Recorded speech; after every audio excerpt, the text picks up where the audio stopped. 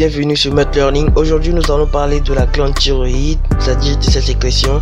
Et avant de continuer, je vous demanderai de bien vouloir vous abonner et de ne pas oublier d'activer la cloche de notification. La glande thyroïde, c'est cette glande là qui se situe dans la partie antérieure du cou, juste au-dessous du cartilage thyroïde et du cartilage cricoïde, et au-dessus également de la trachée, juste au niveau de sa partie distale. Et donc nous allons parler de la sécrétion endocrine de la glande thyroïde. Et pour parler de cette sécrétion, nous allons nous intéresser à la façon dont ces hormones sont synthétisées. Nous allons parler de leur synthèse. Ensuite, nous allons parler de leur état dans le plasma, puis de leur métabolisme et des effets de ces hormones sur l'organisme, puis de la façon dont ces hormones sont régulées, c'est-à-dire leur contrôle. Ok, maintenant parlons de la synthèse. La synthèse des hormones thyroïdiennes a besoin de deux éléments qui sont indispensables. Nous avons l'iode qui est apporté par l'alimentation et la thyroglobuline, dont la synthèse se fait au niveau du ribosome, et nous avons un assemblage de ces sous-unités au niveau du réticulum endoplasmique. Donc ici nous avons de façon illustrée une coupe histologique. Nous avons ici le capillaire, la cellule folliculaire et la colloïde. Et entre le capillaire et la cellule folliculaire, nous avons le milieu interstitiel. Et il faut également noter que la colloïde plus la cellule folliculaire vont donner le follicule thyroïdien. Le follicule thyroïdien étant l'unité morpho-fonctionnelle de la glande thyroïde, c'est-à-dire la cellule de la glande thyroïde. Et donc, il faut noter que la partie de la cellule folliculaire qui se trouve vers le milieu interstitiel ici est appelée le pôle basal de la cellule folliculaire, et la partie qui se trouve vers la lumière du follicule thyroïdien, c'est-à-dire la colloïde constitue la lumière du follicule thyroïdien. Donc cette partie là de la cellule folliculaire qui se trouve vers la lumière du follicule thyroïdien est appelé le pôle apical. L'iode qui va provenir de l'alimentation sous forme d'iodure et qui va rentrer dans la cellule folliculaire par un transport actif secondaire Na+ dépendant. Donc l'iodure va rentrer dans la cellule folliculaire, et une fois dans la cellule folliculaire, il va vouloir rentrer également dans la colloïde, c'est-à-dire au niveau de la lumière du follicule, et ce par un canal qui est activé par l'AMPC. Et une fois le canal activé, l'iodure va vouloir traverser, et à l'interface pôle apical de la cellule folliculaire et la lumière du follicule, l'iodure sera oxydée en iode, et ce sous l'effet de la TPO qui est la thyroïde peroxydase, qui est une enzyme qui catalyse cette réaction d'oxydation. Ensuite, nous avons ici le ribosome et le réticulum endoplasmique. L'iode maintenant va rentrer dans la lumière du follicule, dans la colloïde, et nous aurons au niveau du ribosome la synthèse des sous-unités de la thyroglobuline et leur assemblage au niveau du réticulum endoplasmique. Ensuite, nous aurons leur incorporation dans les vésicules sécrétoires qui vont faire une exocytose de cette sous-unité. Et la sous-unité, en fait, il s'agit ici de la tyrosine. Et à partir de là, nous aurons une succession de réactions qui vont aboutir à la synthèse des hormones thyroïdiennes. Et ici, l'iode va établir une liaison avec le résidu de tyrosine en position C3, sous l'effet de la TPO, cette même enzyme là qui a catalysé la réaction d'oxydation de l'iodure en iode. Et cette iodination est inhibée par les antithyroïdiens de synthèse. Je mettrai le nom dans la description. Et ce pour former dans la 3-monoiodotyrosine, appelée encore MIT, ou encore l'iode peut se fixer en position C3 puis en position C5 pour former la 3,5-diiodotyrosine, appelée encore DIT. Et voilà, donc à partir de maintenant, il faut noter que c'est le MIT et le DIT qui vont constituer l'essentiel des hormones thyroïdiennes que nous allons voir tout à l'heure. Le MIT plus le DIT, c'est-à-dire leur association, sous l'effet de la TPO toujours, la thyroïde peroxydase, va former la T3. Donc leur association, leur couplage va former la T3. Nous avons une seconde possibilité, c'est-à-dire l'association de deux DIT va nous permettre la formation de T4. Puis on peut avoir une troisième possibilité, soit on peut avoir l'association de DIT à une molécule de MIT et nous auront la formation de la RT3 qui est encore appelée la T3 reverse. Ne vous inquiétez pas, je mettrai le nom et l'orthographe de ces hormones dans la description. Et donc la T3, la T4, la RT3 vont former la thyroglobuline. Et ici nous avons juste la thyroglobuline qui est constituée de façon schématique, illustrative, pour expliquer simplement. La thyroglobuline qui est représentée par une molécule de T4. Et normalement la thyroglobuline est constituée, contient 1 à 3 molécules de T4. Et une molécule de thyroglobuline sur 3 contient une molécule de T3. Et maintenant la thyroglobuline va rentrer des gouttes de colloïdes. Et cette goutte de colloïde va rentrer dans la cellule folliculaire par endocytose et va fusionner avec un lysosome et va par hydrolyse de la thyroglobuline par les protéases qui vont entraîner la libération de T3, de T4, de RT3, de MIT et de DIT. Alors nous aurons les T3 et les T4 qui sont libérés dans la cellule folliculaire, qui vont tout simplement diffuser et passer dans le sang pour aller agir sur la cellule cible. Les MIT et les DIT qui vont entrer dans la cellule folliculaire sont désiodés par l'iodotyrosine désalogénase, qui est une enzyme qui catalyse cette réaction de désiodation. Et l'iode est récupéré au niveau de la cellule folliculaire et réutilisé également pour la synthèse des hormones thyroïdiennes.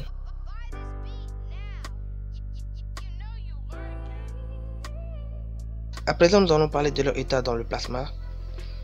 Et dans le plasma, il faut noter que les hormones thyroïdiennes sont des hormones liposolubles et donc seront liées, voilà, comme nous l'avons dit dans le premier cours concernant la généralité sur les glandes endocrines, et je mettrai le lien dans la description de la vidéo. Et il faut noter que la T4 est liée à 99,975%. Par contre, la T3 est liée à 99,75%. Donc on note ici que la T3, disons la T4 est 10 fois plus liée que la T3. Et donc on voit que la T3 est plus libre que la T4. Et concernant la liaison, la T4 va se lier à la TBG à 75% et la T3 va se lier à la TBG également à 65%. Ensuite, nous avons une autre protéine plasmatique, l'albumine. La T4 va se lier à l'albumine à un pourcentage de 10% et la T3 va se lier à l'albumine à un pourcentage de 35%. Et donc, ensuite, nous avons une dernière protéine plasmatique à laquelle se lie la T4 seule, mais pas la T3. La T4 va se lier donc à la TBPA à un pourcentage de 15%. Donc, on voit que seule la TBPA est destinée pour la T4. Nous allons parler de leur métabolisme. Donc, nous aurons une désiodation de la T4 au niveau du foie majoritairement et nous aurons accessoirement au niveau du rein et du muscle. Ensuite, ce qui va entraîner la formation de T3 et de RT3 reverse. La désiodation de T4 va entraîner donc la formation de T3 et de RT3. En cas de progression de la désiodation, cela va entraîner une inactivation et la récupération de l'iode par la thyroïde. Il s'en suivra une glucuroconjugaison d'une partie de l'hormone au niveau du foie et une élimination dans la bile puis les selles. La demi-vie des hormones thyroïdiennes est longue, il faut noter que ce sont des hormones qui sont beaucoup plus liées aux protéines plasmatiques. Alors la demi-vie sera longue. Et je vous renvoie toujours sur la première vidéo concernant la généralité sur les glandes endocrines. Ensuite, nous avons la T4 qui sa demi-vie est d'environ une semaine, et la T3, sa demi-vie est d'environ un jour. Donc on voit que la demi-vie de la T4 est supérieure à celle de la T3, et cela s'explique également par rapport à leur liaison aux protéines plasmatiques. Maintenant, nous allons parler des effets de ces hormones. Et ces effets portent sur trois choses, sur trois fonctions. Nous avons premièrement l'effet sur le métabolisme, ensuite les effets sur la croissance et les effets sur les organes. À présent, les effets sur le métabolisme. Parlant du métabolisme oxydatif,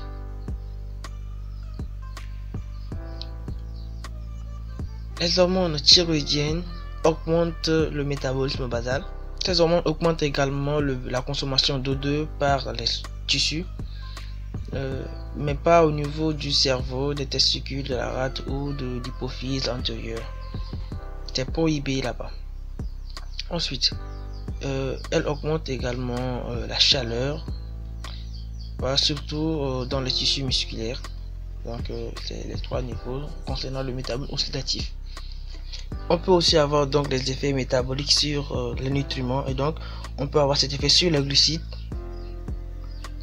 Sur les glucides, cela dépend de la concentration de l'hormone, que ce soit T4 ou T3.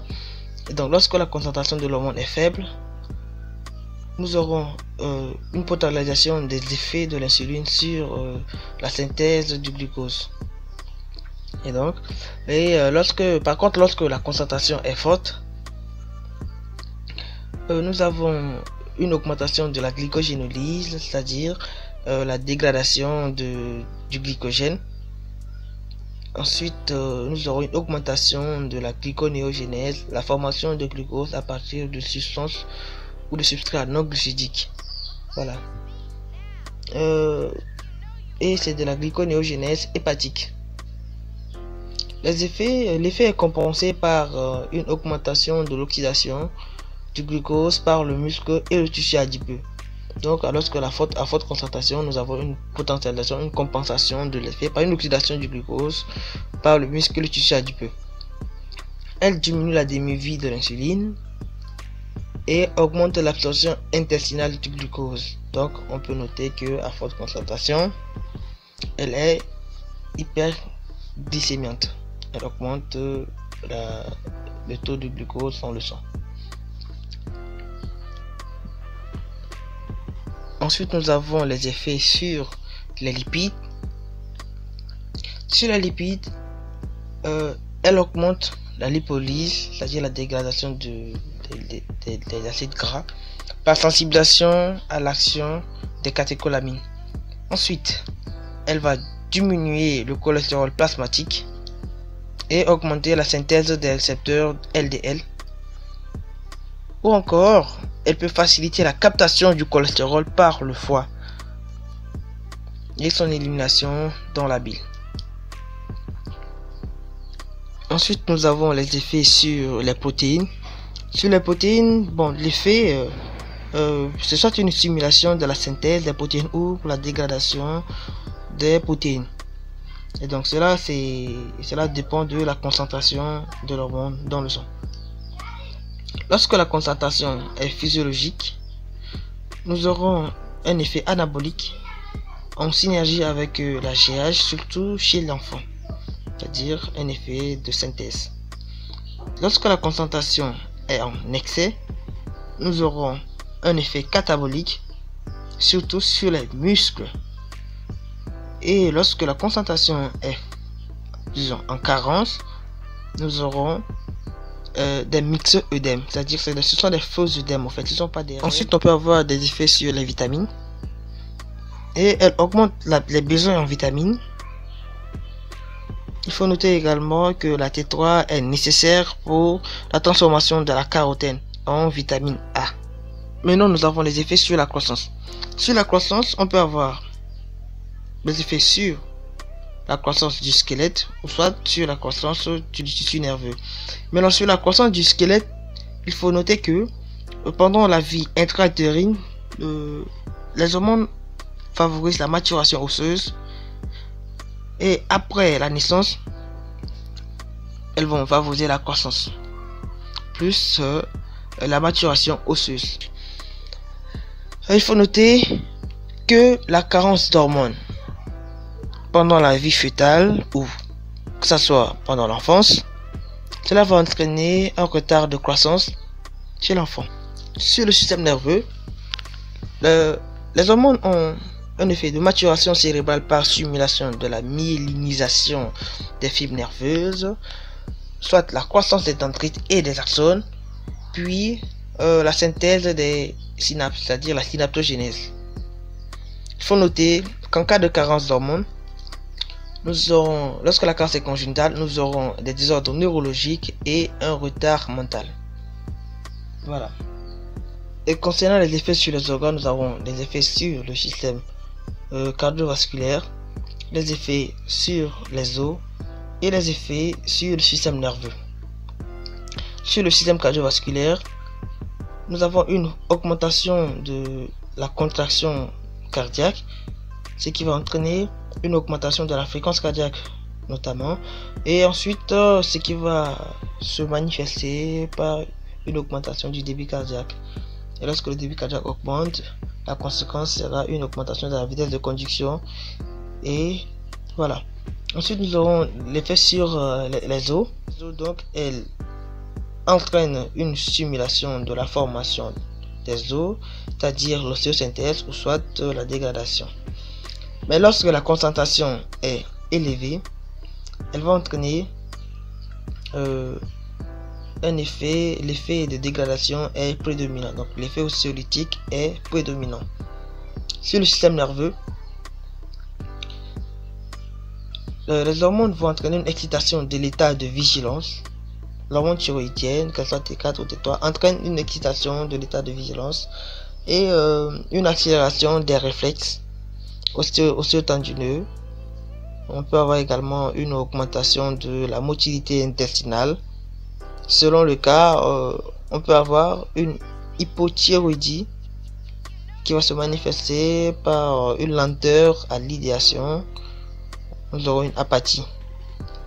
Ensuite, lorsque nous avons une hyperthyroïdie, nous aurons une nervosité de sujet nerveux tout le temps. Ensuite, nous aurons une irritabilité.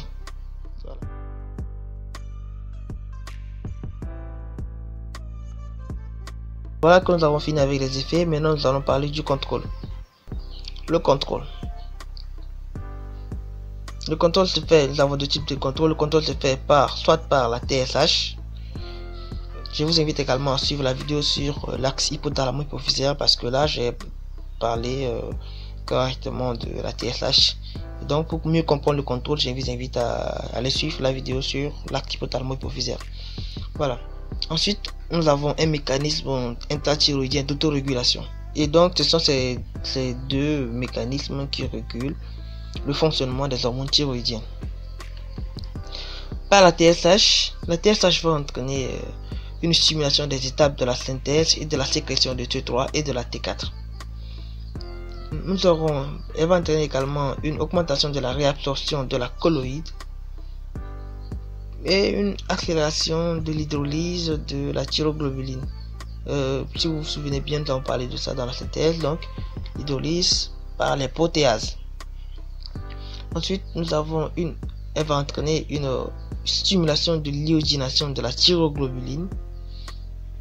Puis, nous aurons le transfert transcellulaire de l'iodure également. Elle va aussi stimuler.